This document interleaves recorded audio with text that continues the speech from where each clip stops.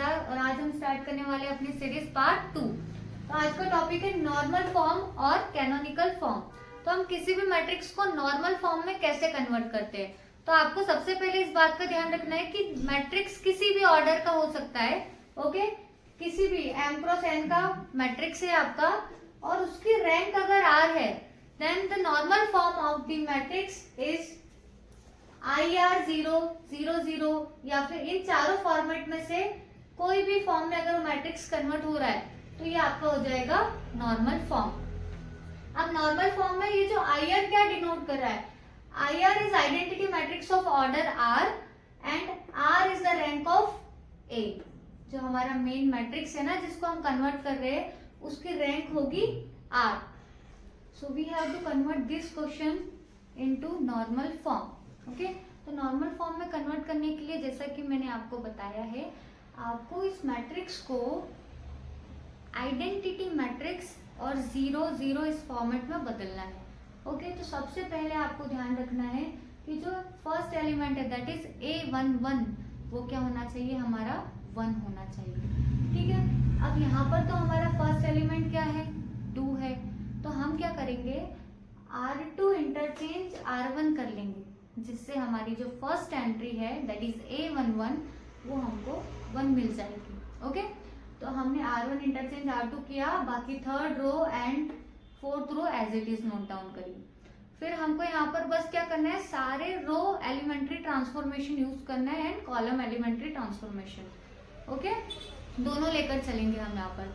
अब आपको एक बात दिमाग में बिठानी है कि ये 1 एलिमेंट होगी, आपका फर्स्ट एंट्री 1 होगी, इसके नीचे वाले सारे एलिमेंट्स को 0 बनाना है और इसके साइड वाले सारे एलिमेंट्स को 0 बनाना है।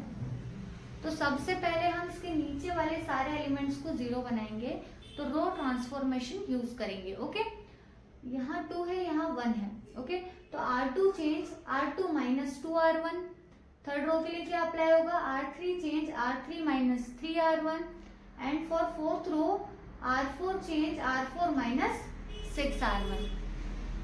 ये क्या हो जाएगा, 2 माइनस 2 0, 3 माइनस माइनस 2 यानी कि 3 plus 2 is equal to 5, minus 1 plus 4 3, minus 1 plus 8 7, 3 minus 3 0, 4 plus 4 1 plus 3 हो जाएगा which is equal to 4, 3 minus minus 6, तो 3 plus 6 9, minus 2 plus 12 is equal to 10।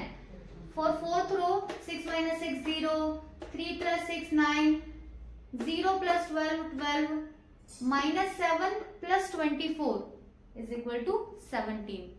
तो हमने रो ऑपरेशन यूज करके 1 के नीचे वाले सारे एलिमेंट्स को 0 बना लिया है। अब टर्न है 1 के साइड वाले एलिमेंट्स को 0 बनाने की। ओके, तो इसके लिए हम कॉलम ऑपरेशन का यूज करेंगे। With the help of column 1 हम कॉलम 2, कॉलम 3, कॉलम 4 के फर्स्ट एलिमेंट्स को 0 बनाएंगे। ओके, तो सेम ऑपरेशन जैसे हम रो में अप्लाई करते हैं वैसे ही कॉलम में अप्लाई करना है with the help of C1। तो यहाँ हम देखिए ये -1 है और ये +1 है, इन दोनों को प्लस कर दूं तो यहाँ 0 आ जाएगा। तो यहाँ पर हम यही कर रहे हैं, C2 change C2 plus C1, इस एलिमेंट को 0 बनाने के लिए C3 change C3 plus 2C1। It means अगर हम इसमें 2 का मल्टीप्लाई करके इसमें प्लस कर दे तो ये 0 हो जाएगा। Same as C4 change C4 plus 4C1।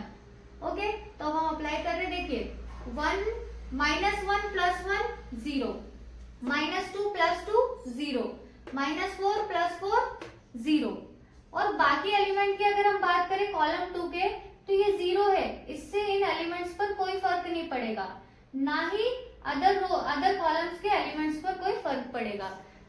जो चेंज आएंगे वो सिर्फ ये रो 1 के इन 3 एलिमेंट्स में चेंजेस आएंगे। ओके, तो ये तीनों एलिमेंट 0 बन गए।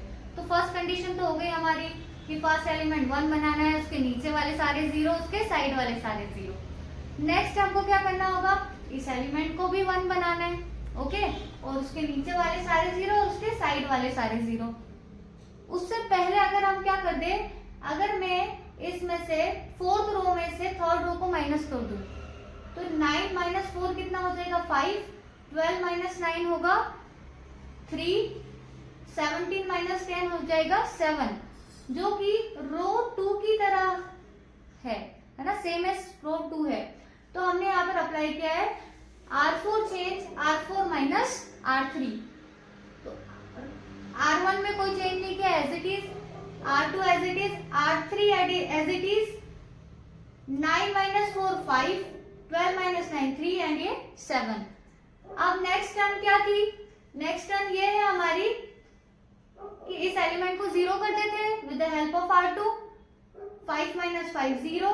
तो हम ऑपरेशन क्या अप्लाई करेंगे, R4 change R4 minus R2। हमने जैसे ही वाला ऑपरेशन अप्लाई किया तो 5 माइनस 5 0, 3 माइनस 3 0, 7 माइनस 7 0। तो आपकी जो रो 4 है वो पूरी 0 बन चुकी है। ओके ओके ठीक है। अभी हमने क्या देखा था, इस 1 के साइड वाले सारे एलिमेंट्स को 0 बनाया था, इसके नीचे वाले सारे एलिमेंट्स को 0 बनाया था। अब नेक्स्ट स्टेप क्या है, इस एलिमेंट को 1 बनाना है, इसके नीचे वाले सारे एलिमेंट्स को 0 बनाना है, इसके साइड वाले सारे एलिमेंट्स को 0 बनाना है। तो अगर हम R2 में से R3 को माइनस कर दे तो यहाँ 1 आ जाएगा।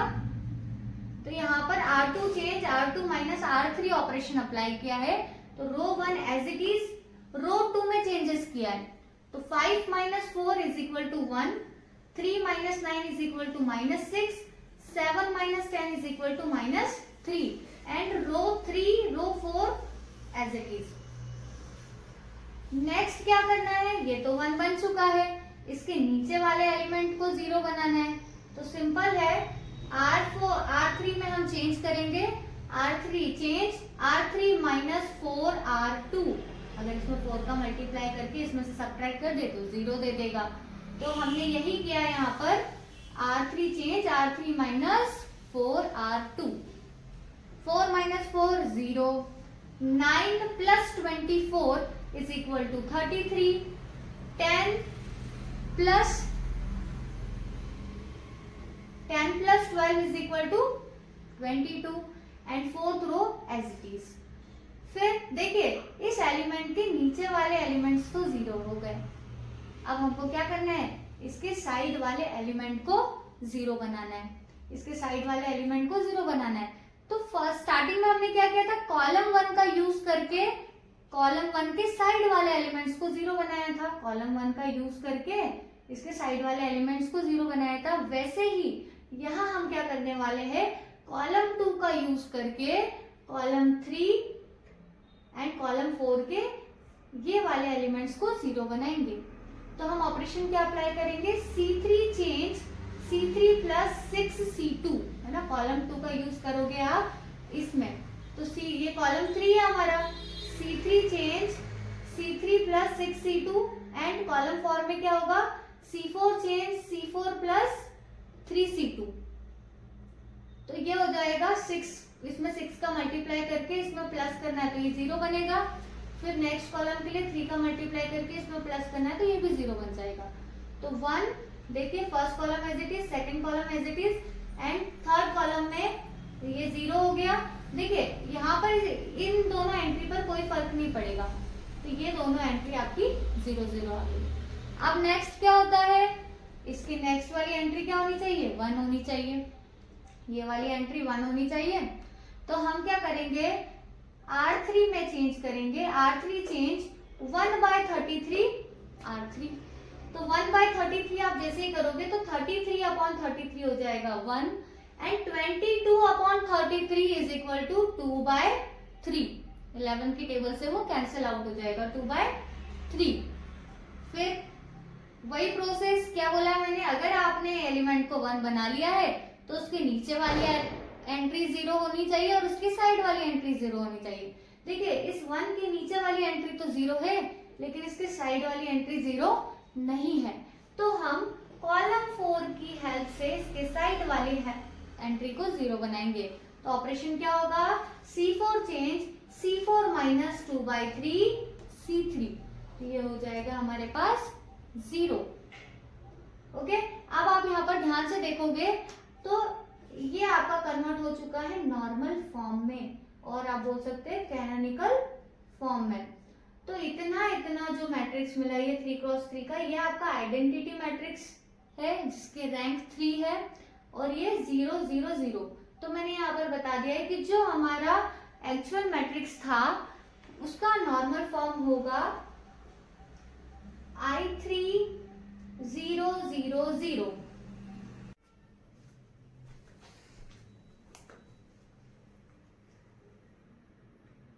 तो अब नेक्स्ट टाइप का क्वेश्चन है जो कि नॉर्मल फॉर्म पर बेस्ड है।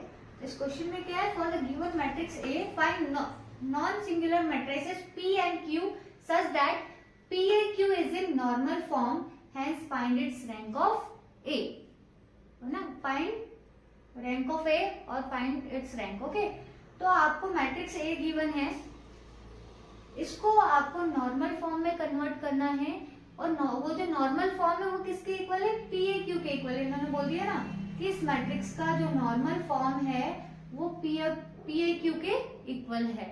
ओके, देन आपको फाइंड आउट करना है P and Q।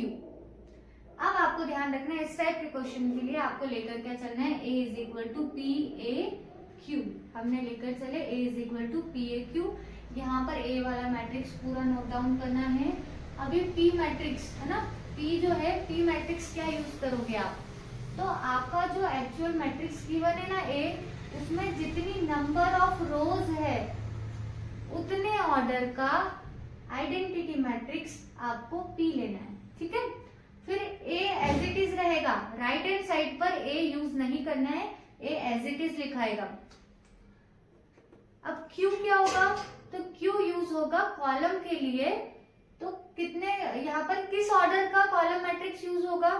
ठीक है, तो आपको ध्यान रखना है A मैट्रिक्स में जितने कॉलम होंगे, यहाँ पर कितने कॉलम है, 3 कॉलम, तो 3 कॉलम है तो unit matrix of order 3 use होगा for Q also.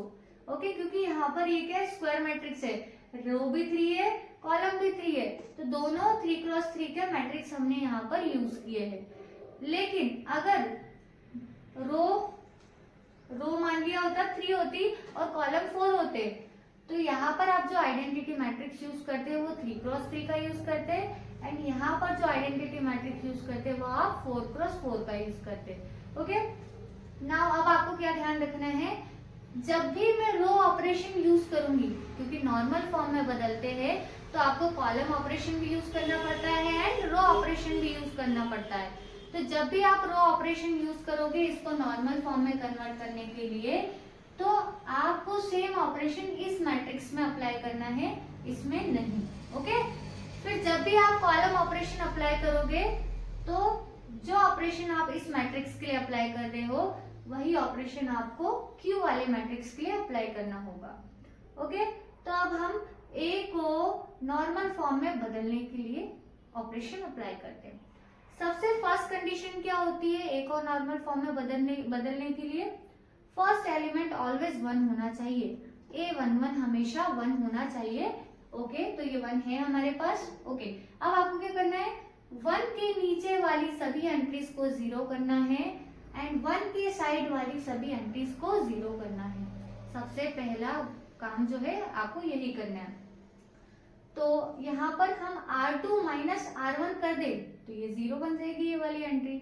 R2 change R2 minus R1, first row as it is, 1 minus 1 0, 2 minus 1 1, 3 minus 2 1, and third row as it is, क्योंकि ये वाली एंट्री ऑलरेडी 0 है तो मैंने थर्ड रो के लिए यहाँ पर कोई ऑपरेशन यूज नहीं किया है।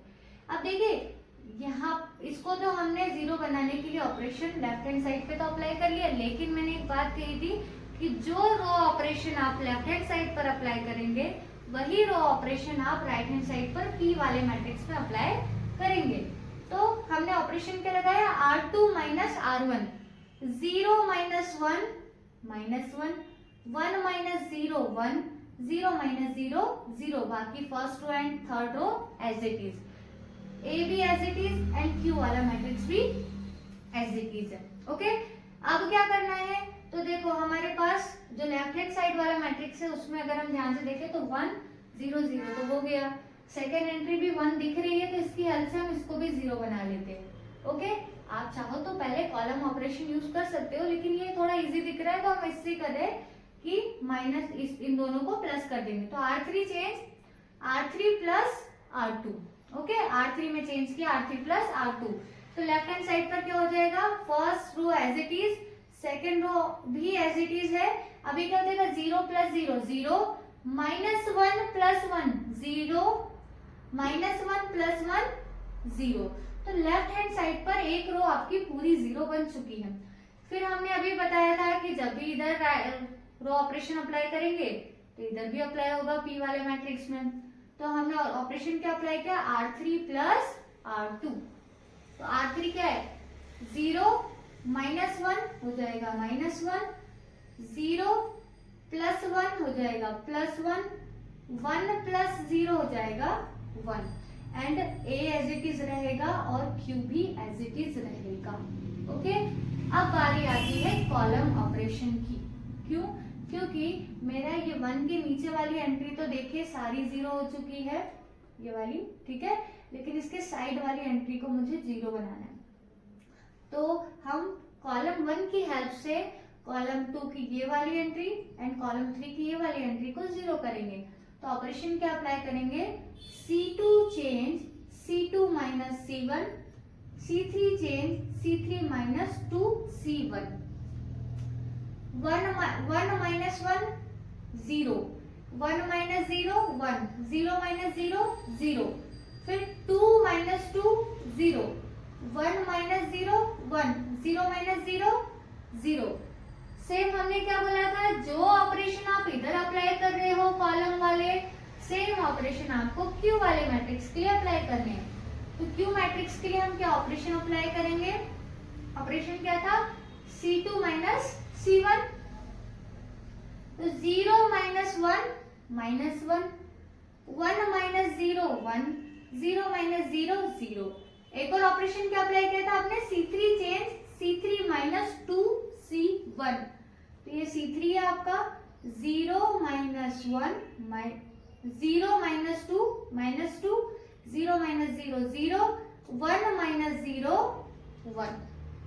ओके, तो हमने जो कॉलम ऑपरेशन इधर अप्लाई किया वही ऑपरेशन हमने ये वाले मैट्रिक्स के लिए भी यूज किया है। सेकेंड, अब देखिए अब क्या करते हैं, ये वाली एंट्री 1 हो गई, इसके नीचे वाली 0, इसके साइड वाली 0। अब ये वाली एंट्री भी 1 हो गई है, इसके नीचे वाली 0 हो गई है, लेकिन इसके साइड वाली 0 अभी नहीं हुई है। तो हम C2 की हेल्प से C3 की ये वाली एंट्री को क्या कर देंगे, 0 बनाएंगे। तो ऑपरेशन क्या लगेगा, C3 change C3 minus C2। तो first column as it is, second column भी हमने एज इट इज नोट किया है। थर्ड कॉलम के लिए क्या होगा, 0 minus 0 0, 1 minus 1 0, 0 minus 0 0 is equal to, देखिए क्योंकि हम कॉलम ऑपरेशन अप्लाई कर रहे हैं तो ये वाला मैट्रिक्स तो एज इट इज रहेगा, ए भी एज इट इज लिखाएगा। अब यहाँ पे क्या करा आपने, C3 माइनस C2, तो माइनस 2 प्लस 1, माइनस 2 प्लस 1, तो ये हो जाएगा हमारे पास माइनस 1, एंड 0 माइनस 1, 0 माइनस 1 हो जाएगा माइनस